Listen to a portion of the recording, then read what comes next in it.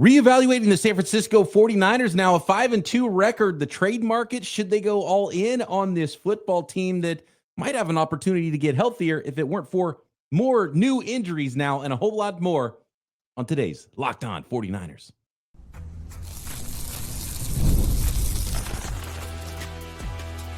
You are Locked On 49ers, your daily San Francisco 49ers podcast, part of the Locked On Podcast Network, your team every day.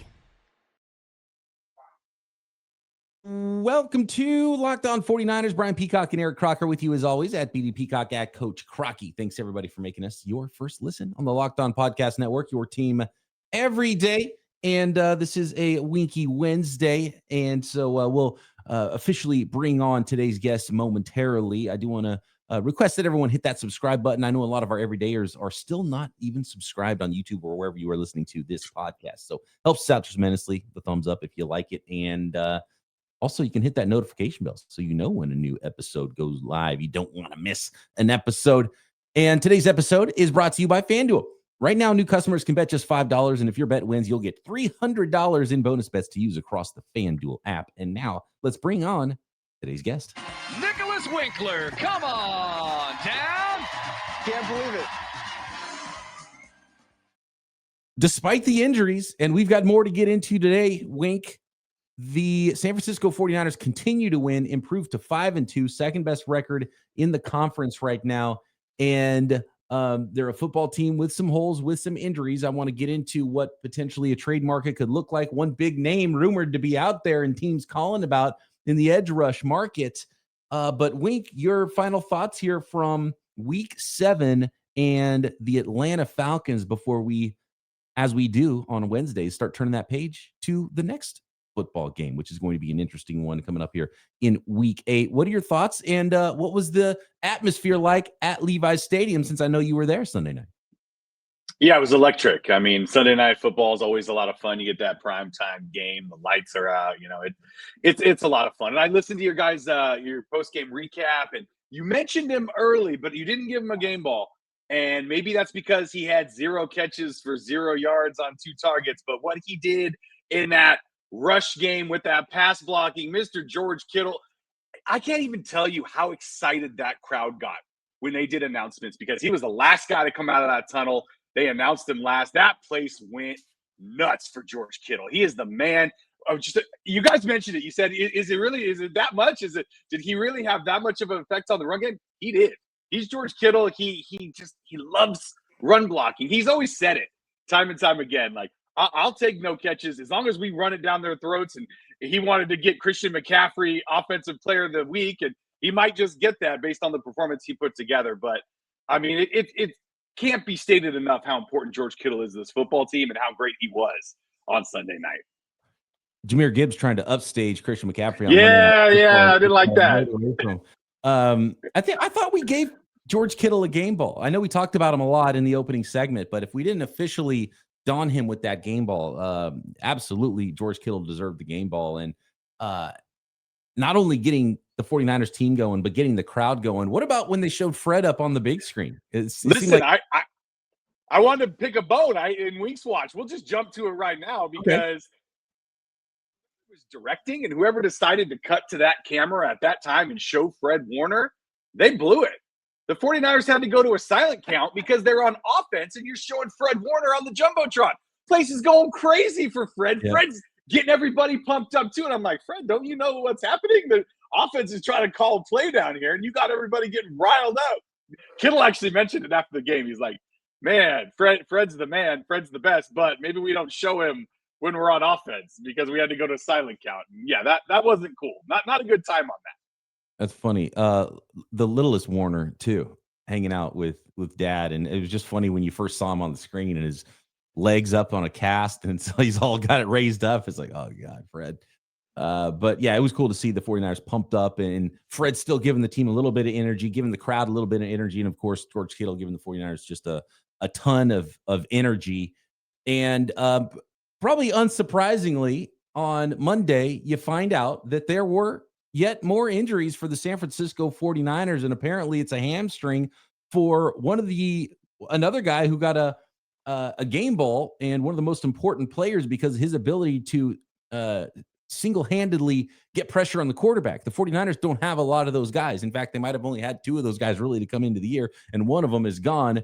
And the only one left was Bryce Huff, who can turn the corner and get to the quarterback quickly on his own without things being schemed up for him. And he had one of his best games of the entire season against the Atlanta Falcons in week 7. And then now we find out that there is a hamstring injury for Bryce Huff, and he will miss a couple of weeks, according to Kyle Shanahan. Center Jake Brendel, same deal. He has a hamstring injury, and he'll be out a couple of weeks, although the 49ers have a nice replacement in-house already for Jake Brendel because Hennessy is a player that a lot of listeners asked us about, and we didn't give Hennessy the full game ball, but as good or better, I think is what I saw from the play of Matt Hennessy, who jumped in there, a little revenge game for Hennessy against his former team.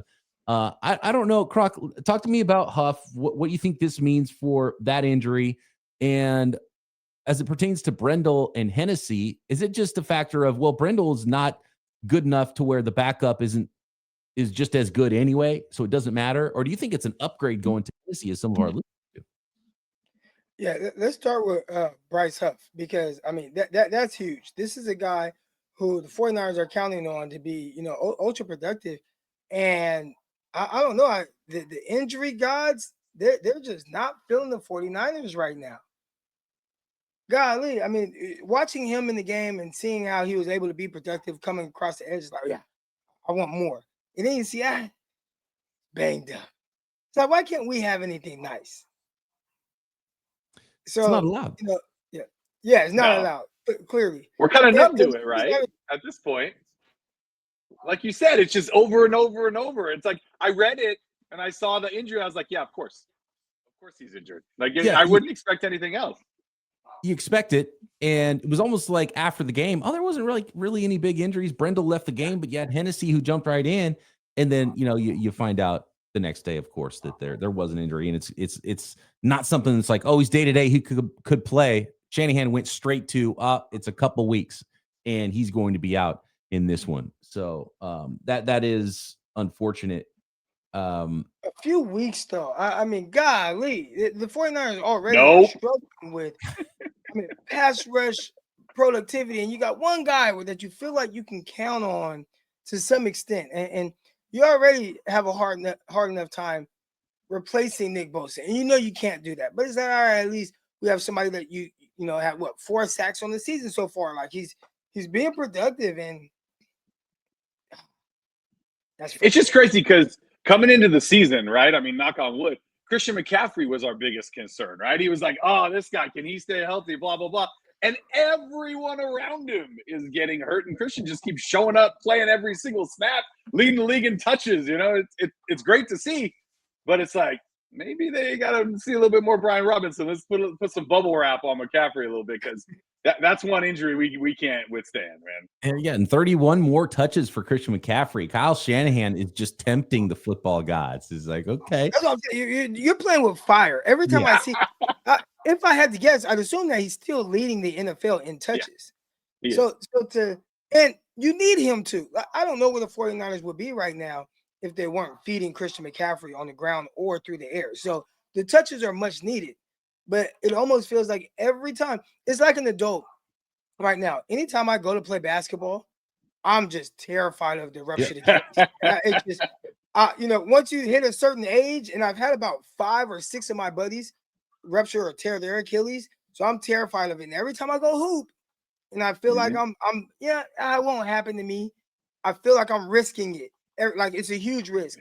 And I feel like that with Kyle Shanahan. Every time you give Christian McCaffrey 20 plus touches in the game, you are definitely playing with fire. Yeah, it's one of those where he goes down.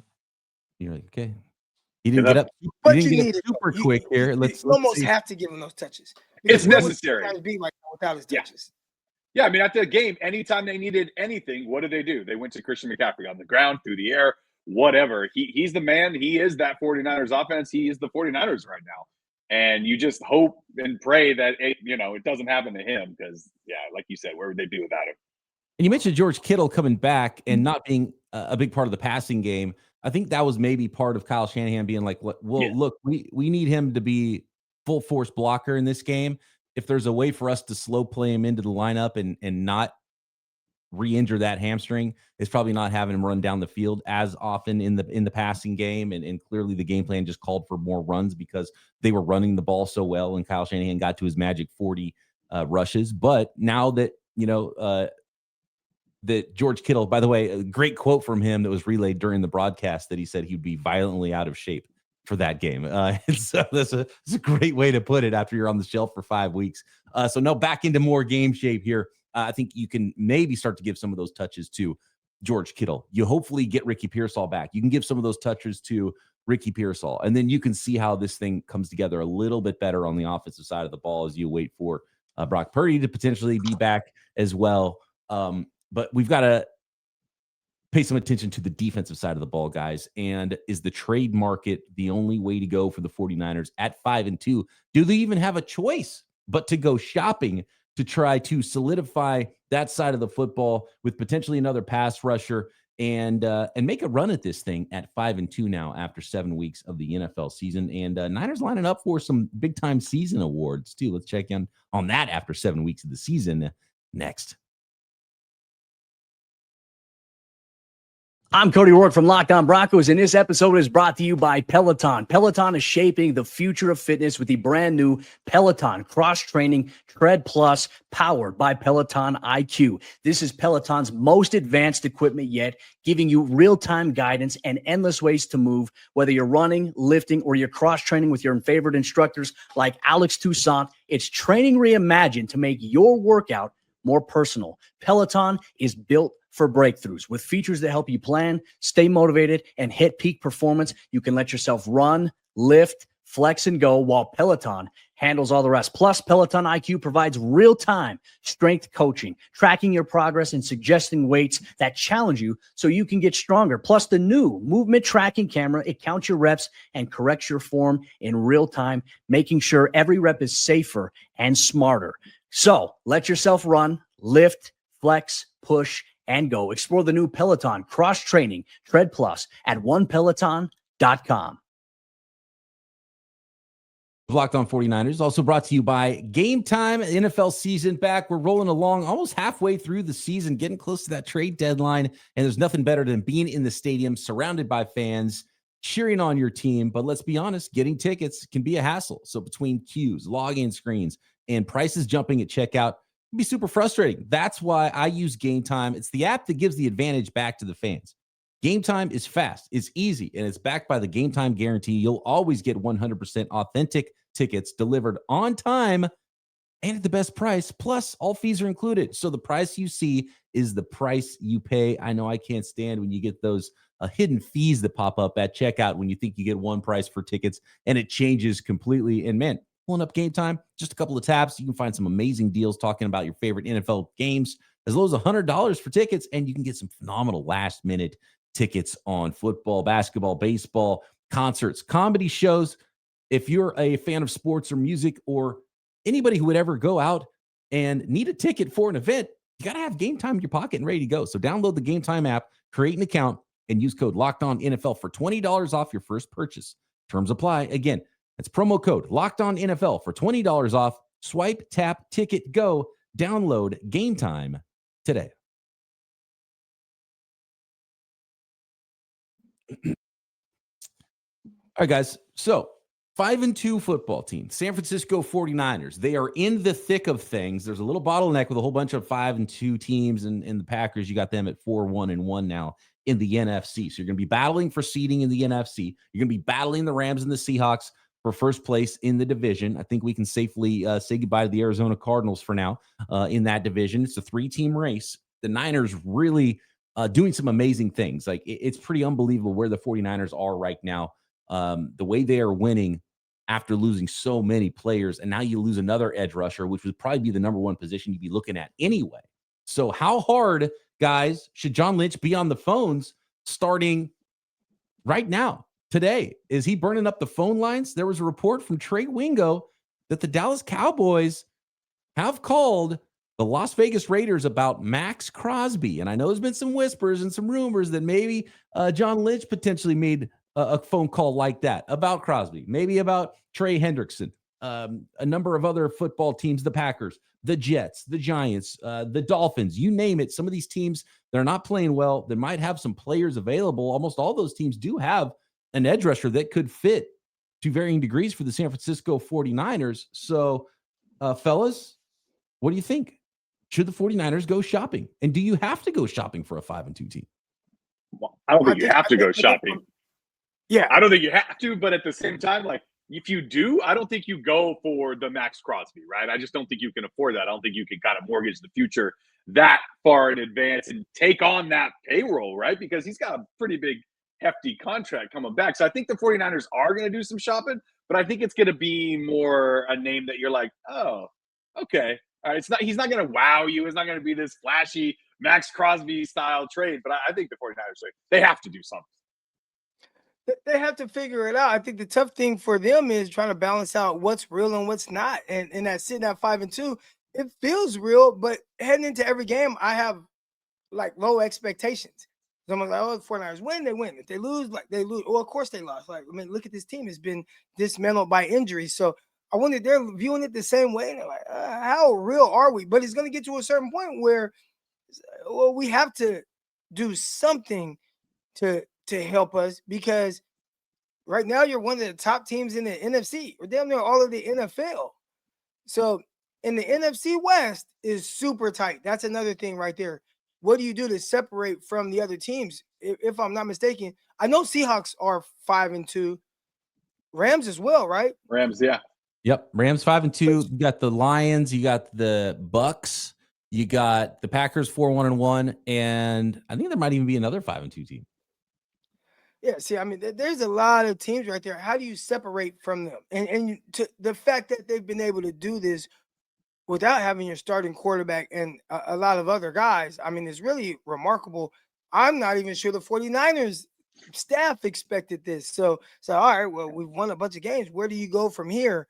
And I do think the only way is to potentially go attack it, potentially trade for someone, a one-year rental that's not too crazy, and see if that person could potentially help you win some football games, because down the stretch, they're going to really need it. Yeah, I mean, you're talking about a team that has two really tough road games coming up, right? You got to go to Houston, who has one of the best defenses in the NFL, and then you got to go to New York, which when we looked at the scheduled preseason, we're like, oh, that's a win. Oh, easy win. The Giants are playing good football right now. So that I think we're going to know a lot more kind of where the 49ers want to go with this, because they're going to find out if it is real, right, Croc? They're going to find out a little bit more about this 5-2 team when you got to go play back-to-back 10 a.m. road games against some teams that have good defenses. November 4th is the trade deadline. I do expect the 49ers to be somewhat active and do something. I don't think it'll be the Hendrickson or Maxx Crosby variety, but, a Bradley Chubb, a player Thibodeau. like that. Yeah, a day 3 pick, a pick swap. I think there is something that could be done for the 49ers and be really a hugely beneficial piece, even if it's not, one of the bigger names. Just to play along, though, because I know we'll get asked about it. What if you do call the Raiders and they say, you know what, we are god-awful terrible, and we are willing to trade Maxx Crosby. And Maxx Crosby has given us a list because he wants out of teams, and your team is on. So we're listening. What does that even look like? And let's say you can fit it in, because it's not a short-term thing. It's like, we want to see Crosby this year, but then we want to see Bosa and Crosby next year. Then maybe he won't be around after 2026 or whatever. But we can make this happen for into next year. What does that offer start to look like? Because I would imagine the Raiders say, yeah, we're willing to listen. Yeah, go ahead and pony up a couple of first-round picks. That starts to get pretty pricey. What do you come back with, Croc? What's the offer? I don't think you could do anything that's too pricey. And the one thing that the 49ers have done a really good job of is saying, we don't want to make a move right now out of desperation that's going to hurt some of the moves that we'll potentially need to make in the future. So from that standpoint, I just think it'd be someone who helps as opposed to someone who is the difference maker. So it's like, okay, well, let's trade for this guy. He's going to contribute and help us, but he won't be the sole reason. Crosby is a guy that it'll be like, well, okay, you went further because you traded for him. But if they can just find somebody that could potentially help, I think that's more along the lines of some of the moves that they've made, especially considering where this team currently is. And not just that, but the last time this team traded away some first-round draft picks, it didn't work out so well, right? They lucked out getting Purdy at the end of the draft, but those were just essentially just lost picks, right? And so I think they'd be a little gun-shy when it came to pulling that trigger. I mean, obviously, if you can get Maxx Crosby and it's not too expensive, you do it. The window's not going to be open forever for a Super Bowl team that's 5-2 and sitting atop their division and you got a fan base that's always going to be clamoring for that sixth, right? Go get it. And what better way to show that they're fully supporting this team than to go out and get a Maxx Crosby? I don't think they're going to do it, but it'd be pretty awesome. Yeah, it would be fun. And, the 49ers will do some diligence and they'll make some calls. And they're not afraid to call about some big fish out there either. And look, if you can get Maxx Crosby for a second-round pick, okay, let's go. You might be able to get Trey Hendrickson for a second-round pick. That feels about right. But the stupid Bengals are winning games and went and traded for Joe Flacco, and they're already a hard team to deal with. So I don't even know if you can get Trey Hendrickson. And he had a little back injury pop up too out of nowhere. So I would still, it's probably, I feel very similar to how I did post Bosa injury, pre Warner injury. A week ago, I was like, it's too much. No, come on. Fred Warner now? No, it's too much. Seeing him go win another game at prime time, it's like, gosh, you kind of got to play it out. And you got to go for it a little bit. But I'm day three price. Day three price that doesn't hurt you into the future. I think the 49ers can find a move. And I think there's going to be enough players and sellers and potential players available at those positions to at least give the 49ers a little bit of help on the edge. Let's talk awards. Coaches of the year, coordinators, comeback player of the year, offensive player of the year. 49ers might take home some hardware beyond what they do as a potential playoff football team as well next. This episode of Locked On 49ers brought to you by FanDuel, America's #1 sports book. NFL season chugging along into week 8 now, and FanDuel has an offer that you do not want to miss. It's one of the best offers I've seen from FanDuel in the 8 years that they have been a sponsor of this podcast. And right now, new customers can bet just $5 and get $300 in bonus bets if you win. That's right. Pick a bet, put down $5, and if it hits, you'll unlock $300 in bonus bets to use across the FanDuel app. Love using FanDuel for how many ways you can play. You want to bet weekly lines? Yeah, you can do it. You want to bet against Peacock when he says that the 49ers aren't going to win the next game? You could do that too, and you might have made some money if you've been doing that this year. Just when I think the 49ers are going to be out of it. No, they win those football games. Player props. There's already draft props up at FanDuel. You can follow live lines during games, build your own parlays, and not just NFL football, college football, World Series baseball, and NBA season tipping off for the Warriors as well. Not too long after we finish recording this. So what are you waiting for? Visit FanDuel.com to download the FanDuel app today and get started.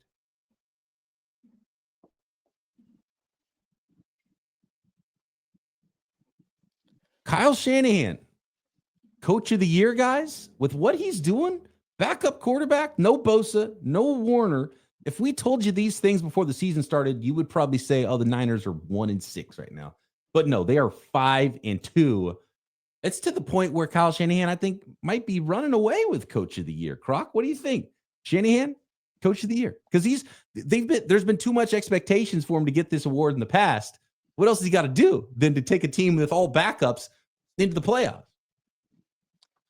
I think a lot of times they try to give this award to just kind of the best team. Yeah. But man, how often do they truly give this award to the guy who's doing the best coaching job? And anyone who wins 4 games in a season with their backup quarterback, they should be the favorites for Coach of the Year award. I mean, this is a master class of just figuring it out, signing free agents, guys out the streets, maneuvering, trying to figure out different ways to just keep this team competitive. Not only are they competitive, they are winning football games. And this has been the entire season. It's not like the 49ers started 4-0 and all of a sudden you lose Fred Warner and Nick Bosa and Brandon Ayuk and all these guys. Like, we started the season with a lot of these injuries, and they're still figuring out ways to win it. I think you don't have to look far. It starts with the head man who's keeping everything together and not letting his team feel sorry for themselves and going out there and fighting. They still play that same physical brand of football. They're just doing it with a lot of guys who you weren't really counting on to have to be the biggest contributors. And they're doing a terrific job of that. So, yeah, it all starts with the head man and the fact that the 49ers are one of the top teams in the NFL right now, record-wise, with this roster and injuries. I mean, how do you give it to anyone else not named Kyle Shanahan? Yeah, I mean, there's also Kittle and you said Pearsall and, Jennings has been banged up all year. Like, the list goes on and on for this 49er team, the things they've had to overcome. And Kyle, obviously, to me, front runner. I guess if you have a guy who might challenge him, it's Steichen in Indianapolis. What he's done, nobody expected much from the Colts, and he's got them playing some great football right now too. But yeah, I mean, what Kyle's done, it's just been amazing, and he just does it year in and year out. And this injury thing, we feel like it bites us all the time as 49er fans. It does, and just what they're doing right now, it's phenomenal. It's actually a lot of fun to watch because, like you said, Peacock, there's a lot of these games where I'm like, there's no way. There's no way they're going to win this football game. They can't. They're too banged up, and this is a good football team, and they find a way to win. So, all hats off to Kyle. Yeah, I think Todd Bowles maybe would be in the mix as well as maybe a top 3. But I'm glad you brought up Steichen because I saw somebody throwing out some ideas of comeback player of the year. They put Daniel Jones in there. And I'm like, you don't get the comeback player of the year award because you sucked the year before. Right?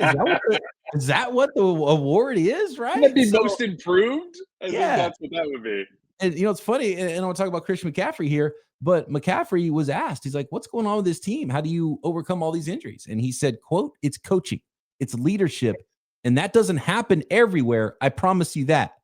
Right? And we're seeing all these teams that are bad and stay bad, and it's from the top. It's ownership, it's coaching, and the 49ers right now have a lot of that right. And for Christian McCaffrey, who barely had a season last year and is leading the league in touches right now, he's on pace for 1,000 yards rushing, 1,000 yards receiving, actually even more receiving yards than rushing yards. Comeback player of the year, Christian McCaffrey. But what about the dual comeback offensive player of the year award? Well, and MVP, give it all to him. Why not? I mean, where'd the 49ers be without this guy? They are riding him hard, and he's been up to the challenge so far, but right now, season ends today. Kyle Shanahan, coach of the year. Christian McCaffrey, comeback player of the year. Lock it in. But I think the most deserving is coordinator of the year and Robert Saleh. I have been massively impressed by this defense. You lose Bosa, you lose Warner, and already just immediately, Bijan Robinson, you see what he does on Monday Night Football. Best running back in the league, Bijan Robinson. Oh, that's going to be tough for the 49ers. No, we're good. Guess what? We fixed it. We stopped the run now. They were awful against the run last year. Robert Saleh comes in, fixed it. Boom, done.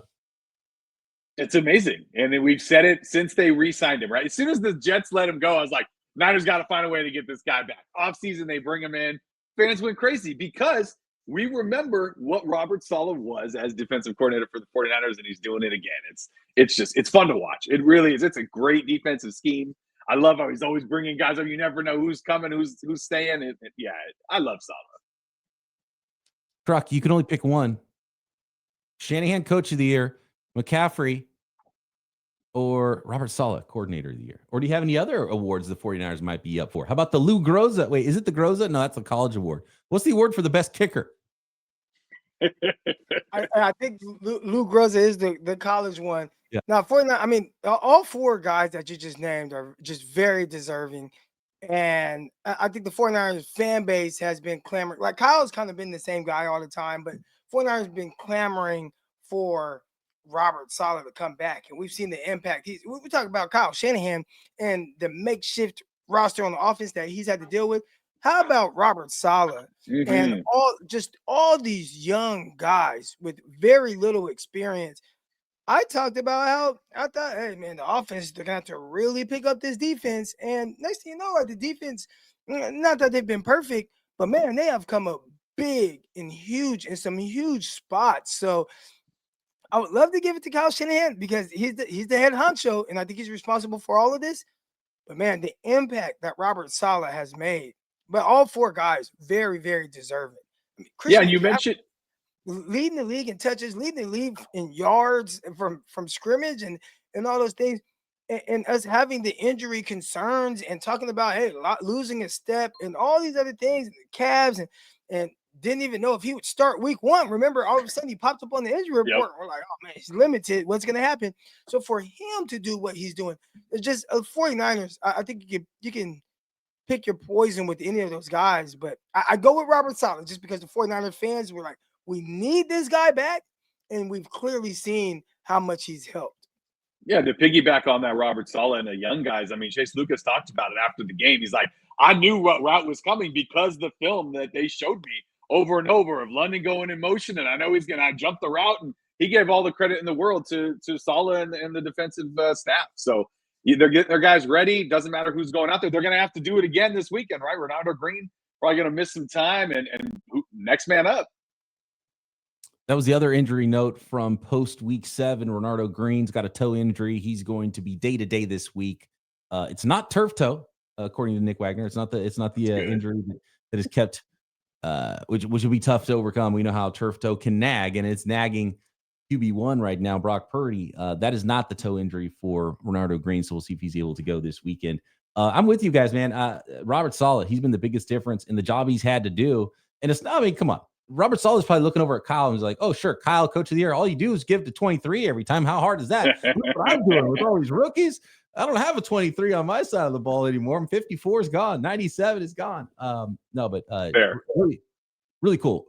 Playing with house money right now, these 49ers. It's a fun year that they can keep winning and overcome, even when expectations end up low after all these injuries. And they might be setting the 49ers fans up because expectations are high. It's like, okay, we're going to win every game because it doesn't matter if anybody's hurt. And be like, yeah, I don't know. Is that going to be reality? Because they keep it up. You mentioned really tough defense. One of the better defenses in the NFL. Offense not doing the job for the Houston Texans. They are up next in week 8. And Wink, do you have any quick thoughts, any predictions here for the 49ers coming up in this weekend's matchup with the Houston Texans and a very familiar foe in D'Amico Ryans? Yeah, I mean, the Texans aren't very good. Their defense is solid, but they've got 2 wins, and it's against the depleted Ravens and the Titans. So there's not a good offense. As long as Saleh knows what he's doing and he calls the right plays out there, I think 49ers win this football game. Yeah, and I always like the ability of Kyle Shanahan to coach against people he knows well. Yeah, and I think that usually has the advantage in a lot of those cases. So more on those Houston Texans. We'll do a little crossover episode. And keys to victory, of course, coming up this week and getting you ready for the Niners and the Texans. And who knows, maybe some more rumors and whispers about the trade market as we approach the trade deadline just after Halloween. Already Halloween. We are jamming through this season. Thanks to all the everydayers hanging with us. If you're new to the program, love it. Welcome and subscribe on YouTube and everywhere you get your podcast. Wink, always a pleasure. Thanks for jumping in with us on another Winky Wednesday episode. And back tomorrow right here. Locked On 49ers. Can't believe it.